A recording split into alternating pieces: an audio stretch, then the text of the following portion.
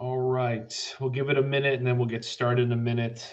And basically, we'll review some positive EV early lines from Odds Jam so you can find some value. Then we're going to go over some of the Fantasy Lab projections for some of the highest grades. And basically, we'll just kind of go through each game real quick, one by one, and just go over some of the best, highest graded Fantasy Labs projections. So for those of you who don't have access to Odds Jam, access to Fantasy Labs, access to Football Outsiders, DVOA projections. We can go over all these things just to kind of give you some high level stuff in case you don't have access to all these tools. So it just kind of gives you some ideas tonight to sleep on. Use the information, however you see fit. And then hopefully we could brainstorm a little bit about some long shots and then come up with some picks as a group. So let's kind of get started. This will be recorded, so people can come back and watch this later. Let's start off with just some positive EV opportunities. So again, positive EV doesn't mean it's any more likely to hit. It's just that there's some off lines where you're getting some value. So if you like that bet, these are the specific sports books and the odds that you should be betting it to get the best value possible. So let's look at some of the early positive EV opportunities. So we have, let's see. So if you like Ryan Tannehill on his over for passing attempts, right now the line is set at 28.5 for the over. This is a 6.87% positive EV opportunity. Right now, Pinnacle Sportsbook and a lot of other sports books have it at around minus 150 to minus 170. But at FanDuel, Ryan Tannehill over 28.5 is at minus 122. So that's 6.87% positive EV. Okay. So again, you're going to get good value on that. That's, again, if you like it. Doesn't mean it's any more likely to hit, but that's offline basically. Again, most books have it minus 150, minus 170. FanDuel has it at minus 122 right now. So if you like it. So look, it looks like his trends show that he has hit that over 54% of the time. So it's not like it's like a super lock or anything. Fantasy Labs has him projected for 30 pass attempts. They kind of grade that line around like a 7 out of 10 on kind of how much they like it. So again, Fantasy Labs has him projected for about 30. He's hit that about 54% of the time. And at minus 122 on FanDuel, you're getting a much better line than a lot of the books that have it at minus 150 to minus 170. So that's just a quick example of positive EV, positive expected value, okay? So let me see what else stands out before we move on to Fantasy Lab projections. They got Dante Foreman over 51.5 rushing yards versus the Steelers.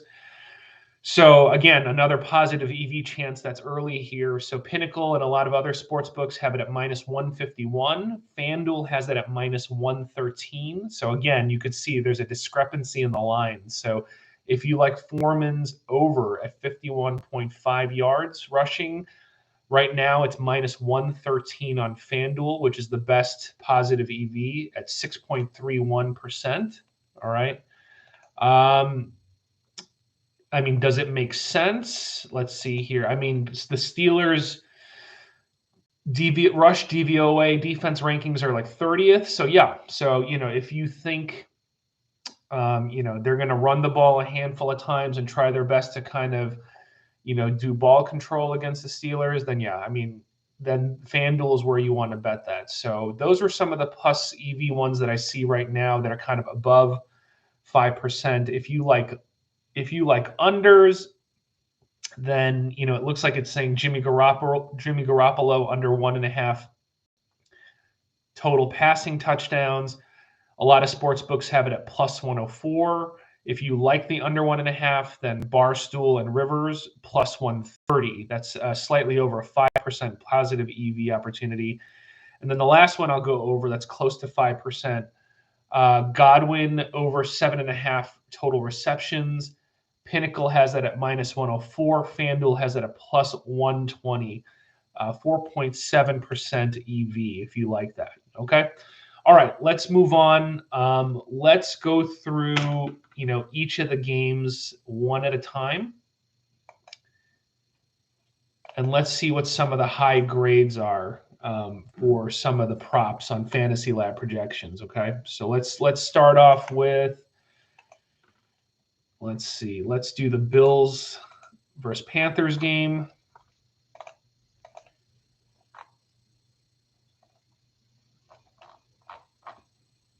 Looks like one of the highest grades is Josh Allen under on his rushing yards, 31.5 on DraftKings at -115.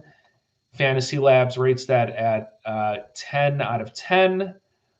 One of the other high ones they have is Josh Allen over 1.5 passing touchdowns. It's kind of juiced at -165, but they grade that at 7 out of 10. They also grade his over on passing yards, over 260.5, -115 on DraftKings at 7 out of 10 grading on that one as well. So those are the ones that kind of stand out for that game. So moving on, let's go down to Cardinals Lions, kind of summarize a few high-level ones for you there.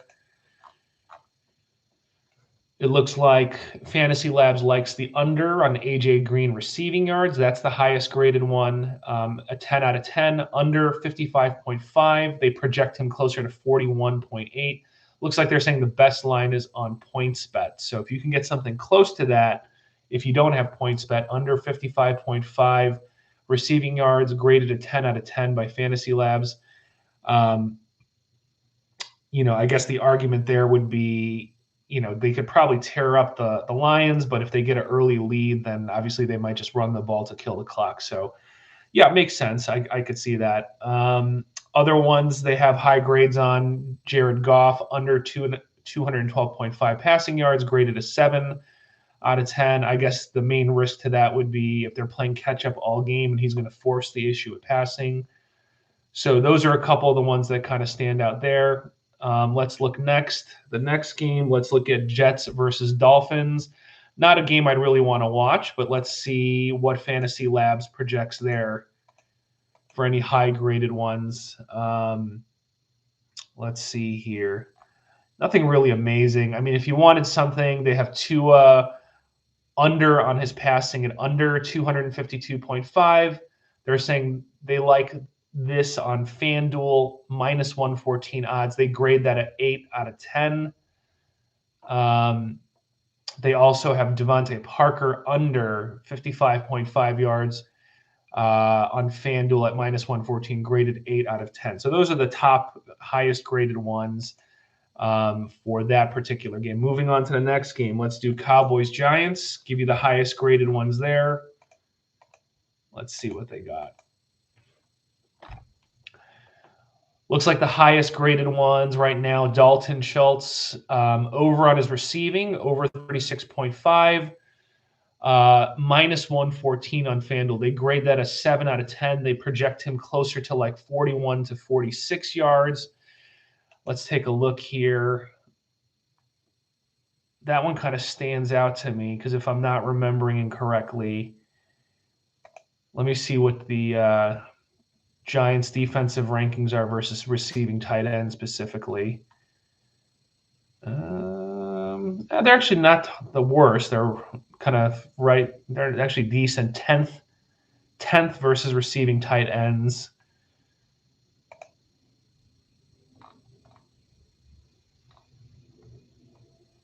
Let's see. But as a whole, they're 18th. Team defense, pass defense, DVOA 10th.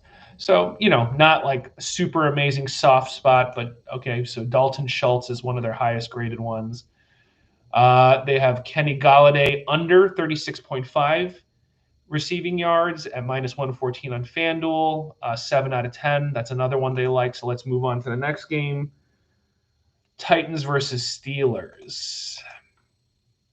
Let's see here. So the top ones here, they have Ryan Tannehill over 15.5 rushing yards they seem to like. They grade that at 8 out of 10. The best line is on PointsBet at +105. Okay.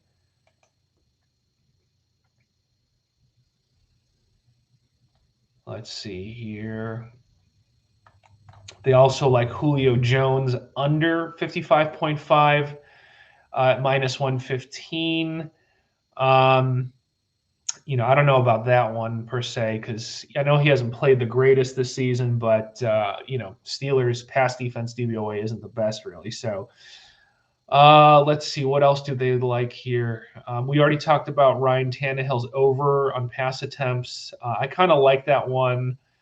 I probably am going to bet that one. Again, over 28.5. The best line seems to be on PointsBet at minus 115. Which would be even better plus Eevee, but minus 122 on FanDuel's not bad as well. So that's probably what I'm going to take on PointsBet. Ben Roethlisberger under 260.5 passing yards. They grade that a 7 out of 10. And then Tannehill over 215.5 passing yards on DraftKings, again, 7 out of 10. So those are some of the ones from that one. So they seem to like a lot of the props in that game. Moving on, Texans versus Jaguars. Let's see what stands out there. Not a ton. Let's see. Yeah, this game's trash. I'm not even going to go over this one. All right, let's see what's next. Bengals, Broncos. Let's see if anything stands out there.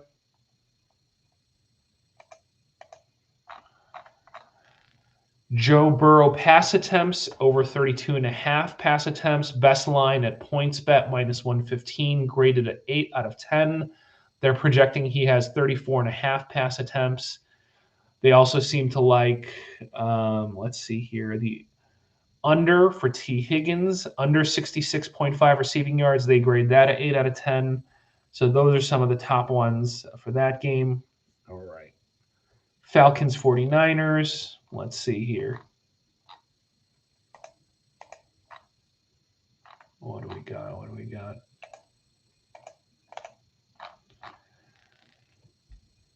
A lot of unders here. So it looks like Garoppolo under 255.5 passing yards. They like that, 7 out of 10. A lot of unders. They like Jeff Wilson over 60.5 rushing yards. They like that as a 7 out of 10. Kittle over 5.5 receptions, 6 out of 10. So it's kind of lukewarm. Patterson over 48.5 rushing yards, 6 out of 10. So those are some of the ones listed there. Then let's move on to Packers Ravens. Let's see here. They don't have too much listed here right now. Seems like they like the under on Rodgers completions, under 23.5, minus 110 on DraftKings, 7 out of 10 grade. Under 34.5 pass attempts, minus 115 on DraftKings, grade 7 out of 10. And then Devontae Adams over 90.5 receiving yards, graded a 6 out of 10. So, okay. So those are the ones for that. And then the last one we'll go over are the Saints and Bucks. Taysom Hill, under 32.5 pass attempts, graded a 10 out of 10. So they really like that one. I guess my only concern with that would be if the Bucks are destroying them, then he's going to be playing catch-up passing. But then you could also argue he could just never connect on a pass, so maybe he'll have a bunch of 3-and-outs. So just of note, they like that a lot. Under 32.5 pass attempts, 10 out of 10 for Taysom Hill. They also seem to like over 8.5 rush attempts. So that's minus 115 on DraftKings, graded a 9 out of 10. And then they like the under on his passing yards and completion. So under 19.5 completions, under 213.5 passing yards. Both of those are 8 out of 10. So they seem to really like crushing Taysom Hill as a passer, which makes sense. And they do like Kamara over 52.5 rushing yards. I know the Bucks have a decent run defense, but some people have been running pretty decently on them. So over 52.5 at minus 115, graded a 7 out of 10. So those are some of the higher graded ones for the Bucks versus Saints. All right. Let's see here. Okay. So knowing that's the case, looks like there's a few of you here. I know that I was talking fast, but I wanted to just kind of go over some of the positive EV value bets, some of the high grade projections. Let's see here real quick. Let me just pull up all the projections again. I know some of you guys like betting on the weekly specials. About like who's going to have the most receptions, most passing yards, most receiving yards. So let's just go over that real fast. So I'm not even talking about how much Fantasy Labs likes a line and how they grade it. I'm just going to literally talk about the projections themselves. So what their Fantasy Lab models are showing as the projections for how much they're actually kind of predicting each person's going to get. So I'll just go over some of the categories very quickly. So if you're not planning on watching this later, just jot these down and then go look at the odds for those weekly specials on DraftKings and FanDuel for like player with the most receiving yards, most completion, most passing yards, blah, blah, blah. So let me go over them real fast to not waste your time here. All right. So we got passing yards. Let's see. So they got the highest projections, not surprising. Tom Brady, they're predicting around 305-ish from if you do all their models kind of mixed together with their consensus projections. So they're saying Tom Brady 305. Then next they have Prescott at 279, Rodgers 278, Burrow 270, Kyler Murray 263. So those are the top five. So you do your own research, think about those projections. Obviously, it's a guessing game about thinking about how those games are going to play out, but their fantasy models are showing those are the top five with Brady at top. Okay, so mark that down. Look at the odds. Let's look next. Okay, next category. So you can look at some of those weekly specials. Completions.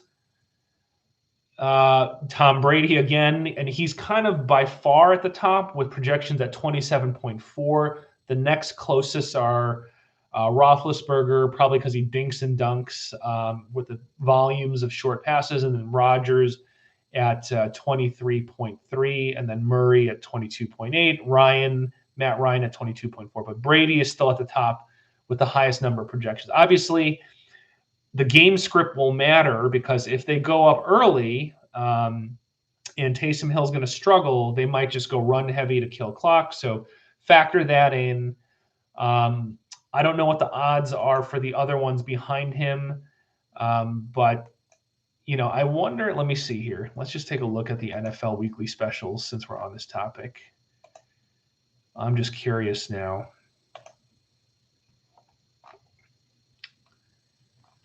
So they don't even have receptions, unfortunately, because I would have been interested in Roethlisberger, even though I don't like him at all, and I think he's kind of at the end of his career. But just with how much he dinks and dunks, that would have been fascinating to see what the odds are. I don't know if any offshore books or other books they have like weekly completions leaders, but maybe that's something to look at as like some kind of sneaky angle, because I would guess the public would not be on him. So I'm curious what the odds would be with that. It could be like a sneaky, value play, kind of an unsuspecting, type of play. So let's move on to the next category. Rushing yard leaders. Let's see what their projections are. Obviously, we already had the Saturday game, so I think those weekly specials on FanDuel are for Sunday slate games only. So this one looks wide open. Okay, so I would go check the odds and look at some of these projections I'm about to read off, because it looks like pretty much minus Jonathan Taylor, that game is done, and that's not built into those weekly specials. It's pretty wide open. They have James Robinson and Mixon projected as the top ones, 76 yards. Then after that, Najee Harris at 70, Jeff Wilson at 65, Deontay Foreman at 62. Okay, so you could see it seems like their models can't really predict. So if you kind of look at those top five, the ones that were underneath Jonathan Taylor, take a look at their odds, see if any of them stand out to you and you feel like there's a personal angle that you see. Maybe sprinkle on one of those. Okay, so next category, let's do receiving yards, and then we'll move off this topic and just talk about any angles as a group. Okay, so Devontae Adams, they list him as the top at 96.2. I'm gonna have to refresh my memory. Let's see here. Baltimore Ravens overall team defense rankings 23rd, pass defense DVOA 26th. So yeah, so they're towards the bottom of pass defense DVOA. From Football Outsider statistics, let's look at their specific receiver breakdown. Baltimore versus wide receiver number ones, ranked 15th. So if you look one layer beneath their general pass defense ranking, they're kind of middle of the pack at shutting down wide receiver ones. They're 27th at shutting down wide receiver number twos. Now, the problem is for the Packers, who's really wide receiver number two, right? Is it MVS? Is it Lazard? Blah, blah, blah. But that could be another angle, right? That's the soft spot. They're middling at keying in on the wide receiver number ones, and then it kind of just opens up opportunities, it looks like, and they rank pretty low at stopping other receivers. So just think about who's kind of your personal long shot angle with all the kind of platoon receivers underneath Adams on the Packers. So that's an angle to look at. But back to what we were talking about. So they have Adams at number one. Interestingly, then beneath him, they have Deontay Johnson, Godwin, Jamar Chase, all in the 70s, and then Stephon Diggs at 69.6, CeeDee Lamb at 66, and then Kittle. So those are the top ones based off their projections. So again, go look at the odds, see, what you kind of think. So again, that was a wham bam kind of lightning round of plus Eevee projections from Fantasy Labs, high grades from Fantasy Labs. So hopefully that was helpful to you to kind of have that run through of all those kind of high grade projections, model projections. Do with it what you will. So there's a few people still here on the chat. So give me some of your long shot angles. Just throw some out there so we could just brainstorm for the next 5-10 minutes, and then we'll wrap it up to kind of keep it brief. So what do you guys got? So I see some of you are on here. So why don't you type out something? Give me some long shots. No ideas are bad ideas because the NFL is so wacky. Let's just think out loud together. So what do you guys got? There's a few of you here. Anything that stands out that you've been already brainstorming about? I know you guys have been brainstorming. So what do you guys got as some potential value plays or angles that you like, or any kind of long shots that you're seeing for the slate so far? Nothing. Shy group. Let's see. I'm going to pull up some of the performance doubles. Let's see what we got here. See what we can build.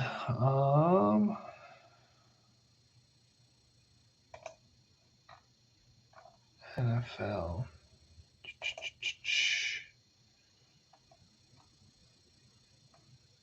First down touchdown scores.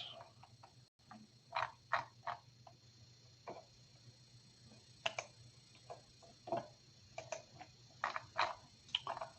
me pull up all the grades again. Best lines.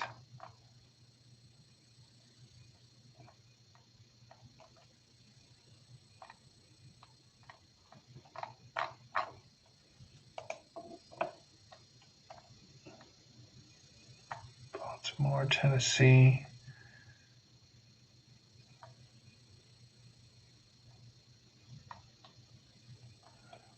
Let's see here, pass defense.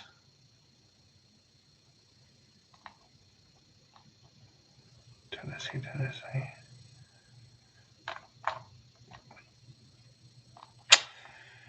Yeah, if anything, I think the game I'm going to look at the most later tonight and early into tomorrow, I'm probably going to look at that Ravens Green Bay game, and then maybe also that Titans Steelers game, because I think on both sides of the ball on both of those teams, I think they're actually more vulnerable than it even seems on paper, minus the Steelers, who just can't stop really much at this point. So those are the two games I'm probably going to target and try to figure out if we could build some SGPs, a couple of moderate risk ones and a couple high risk ones. So all right, so since we have kind of a quiet group here, so I'm going to wrap things up. But any last minute questions? If not, I hope those projections were helpful for you guys. shoot me some DMs or send me some messages on my timeline. And I'll try to be as helpful as possible with, giving any of my thoughts. But like I said, I mean, let's have it go both ways. If you guys got any good angles or anything you see, hit me up later tonight. Hit me up tomorrow morning. Otherwise, good luck on all your bets, everybody. Take it easy.